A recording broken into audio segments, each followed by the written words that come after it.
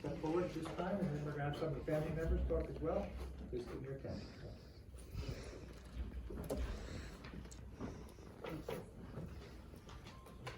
Good afternoon, everybody. Thank you all today for your attendance as we come out to celebrate the life of our dear beloved brother, uncle, co-worker, and friend, Daniel McGrath. Let's just take a moment of silence to reflect on his life.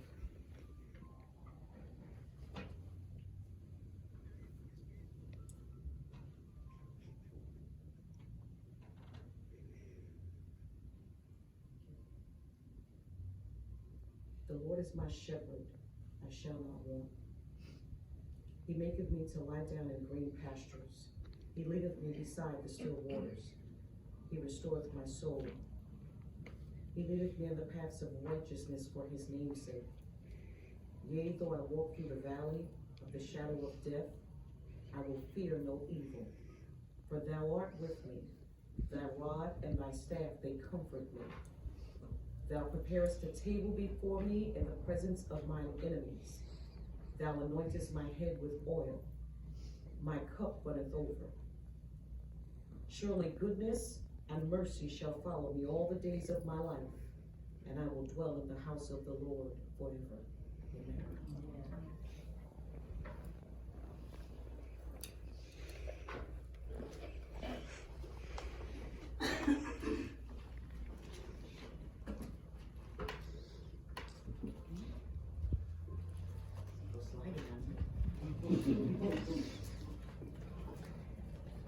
You all know that I'm Dan's sister.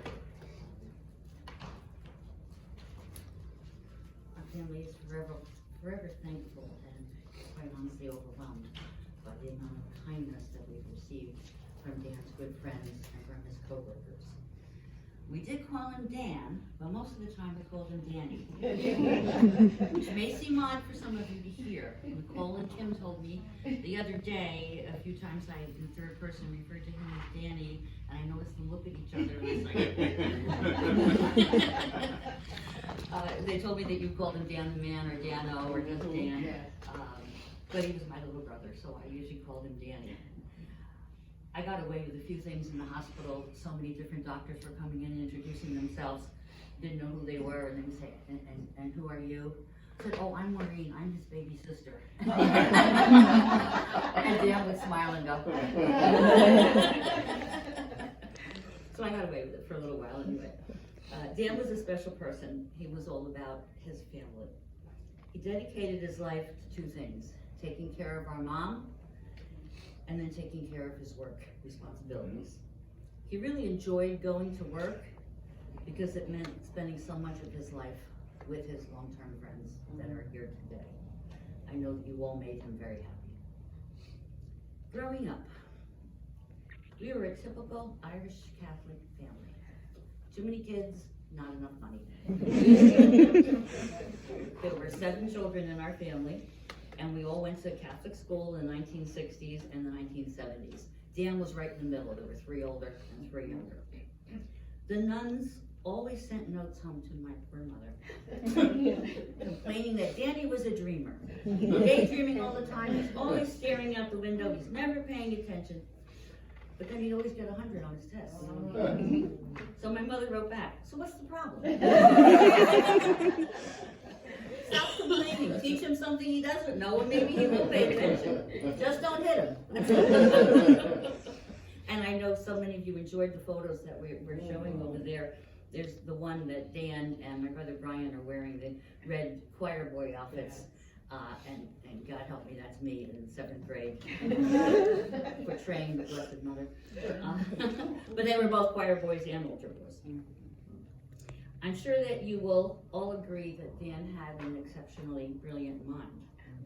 He proved to be a chess whiz early on by watching our older brother, who played on the chess team in his high school at Seton Hall Prep. After watching him practice at home night after night, Danny finally asked, "Can I play?"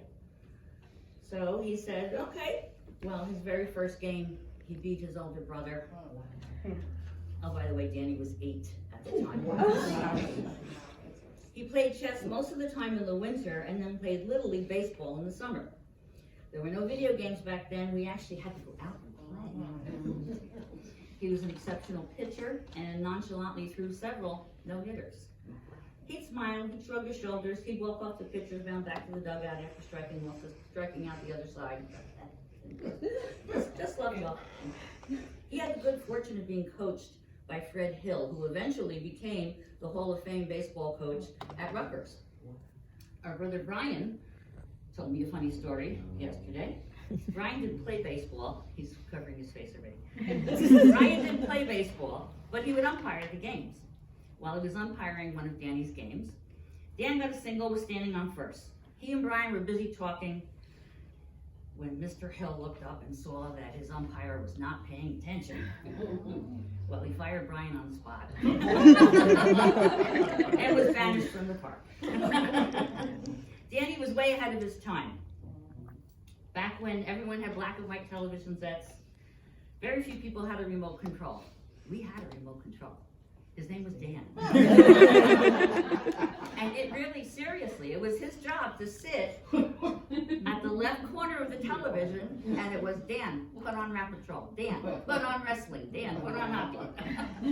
Okay. He would just turn the channels for us. So, going back to chess, he continued to practice and develop his moves until he entered high school.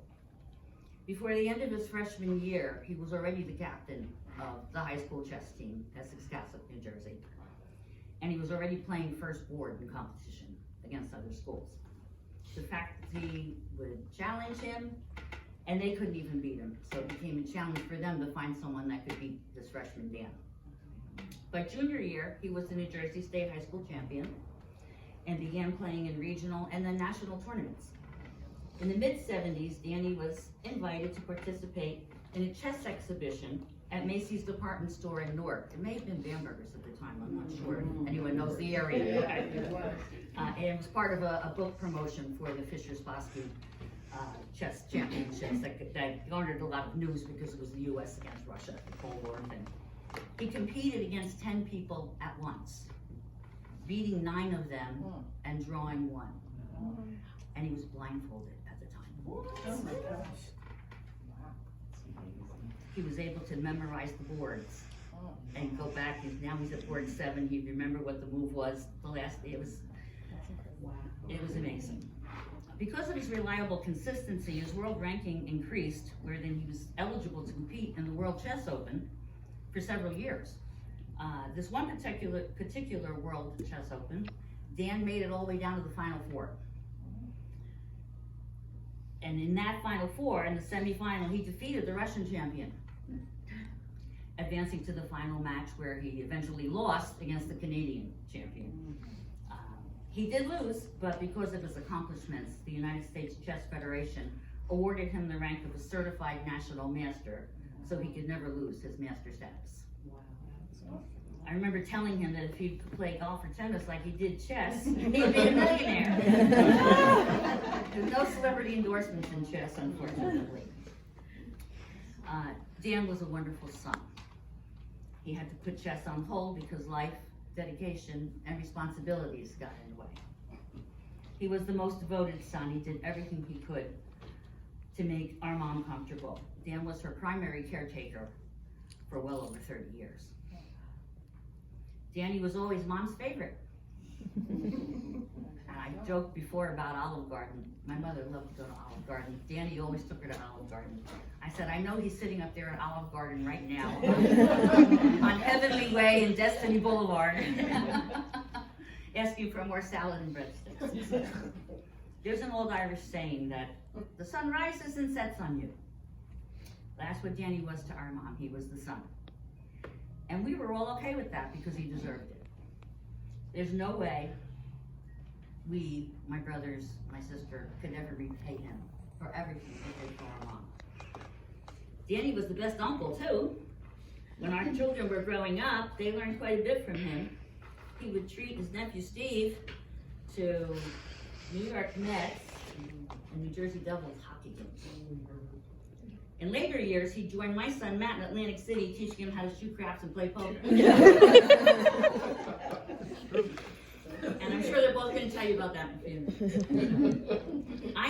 grateful that in Dan's lifetime, he got to enjoy the Mets winning the World Series and the Devils winning a Stanley Cup. Because who knows when that'll ever happen. In closing, our family thanks you for being such a big part of Dan's life and for honoring him today. Everybody loved Danny, and he loved you all very much. Thank you. I'd like to introduce my nephew, Stephen, or Steve. If I call him Stevie, I get the look. And please notice what color tie he's wearing. Thank you. So this is my Mets tie, so I'm sure he would appreciate that I was wearing the Mets tie today. So Mets baseball, a quick story. My first ever baseball game that he took me to was actually a Yankees game. I actually even got a home run ball during batting practice. And like an idiot, I became a Mets fan. I became a Mets fan. But they say being a Mets fan builds character. Danny was a character, and he had a lot of character.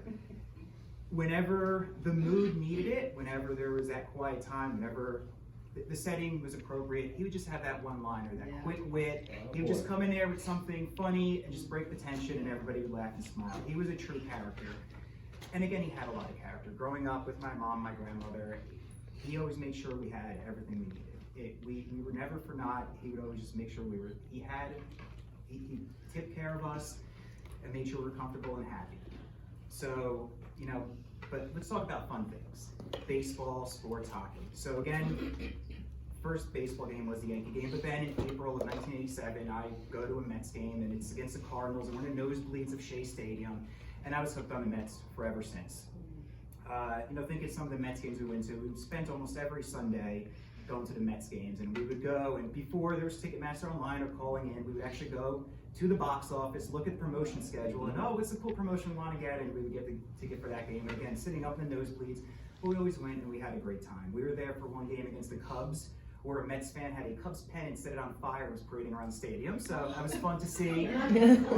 We were there one day when the Pirates won the division and the Mets were eliminated. They put it on the board, congratulations Pirates, and the whole stadium booed, but we were there for that. And, we went to a lot of games together, and it was great memories. And for hockey, it was Friday the 13th, 1989 was my first Devil game with him.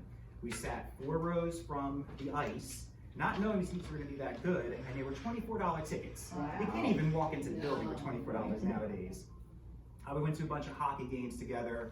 Again, thinking back some of the hockey moments, we at the old Brendan Byrne Arena, there was this one spot, we sat in the upper deck, and in the same spot, every person who walked up with their food would slip and fall in the same spot. And we were just there cracking up, and we would just watch quietly and be like, 1, 2, 3, 4, 5 now. And it was just fantastic. Just a lot of great nights at the hockey games. My first football game, it was a Jets-Bengals game. Again, got the opportunity to go to that. And, World League of American Football we went to. We had tickets for that. And, wrestling, one of my other uncles who had passed away won tickets, and we sat second row from the ring at Madison Square Garden. And we're actually on video for most of the night, and my father-in-law loves the video of, seeing us sitting there in the first row cheering on Ric Flair against, I think it was Hulk Hogan. So, just a lot of great memories. He did everything he could for us. Avid Mets fan, obviously, so Mickey Callaway getting fired yesterday was probably, he's smiling about that happening. As the Mets will probably blow it and pick the wrong manager for the next 10 years, because that's what we do. And I could have had a life of luxury with the Yankees, I want the character aspect of it. But Danny, thank you for everything, and I will always appreciate it and forever be grateful. I taught me how to play baseball, sporting events, and again, couldn't have asked for a better uncle and a better friend, and thank you all for being here, and that's all. Let's go Mets. So, Matt, the floor is yours. Thank you.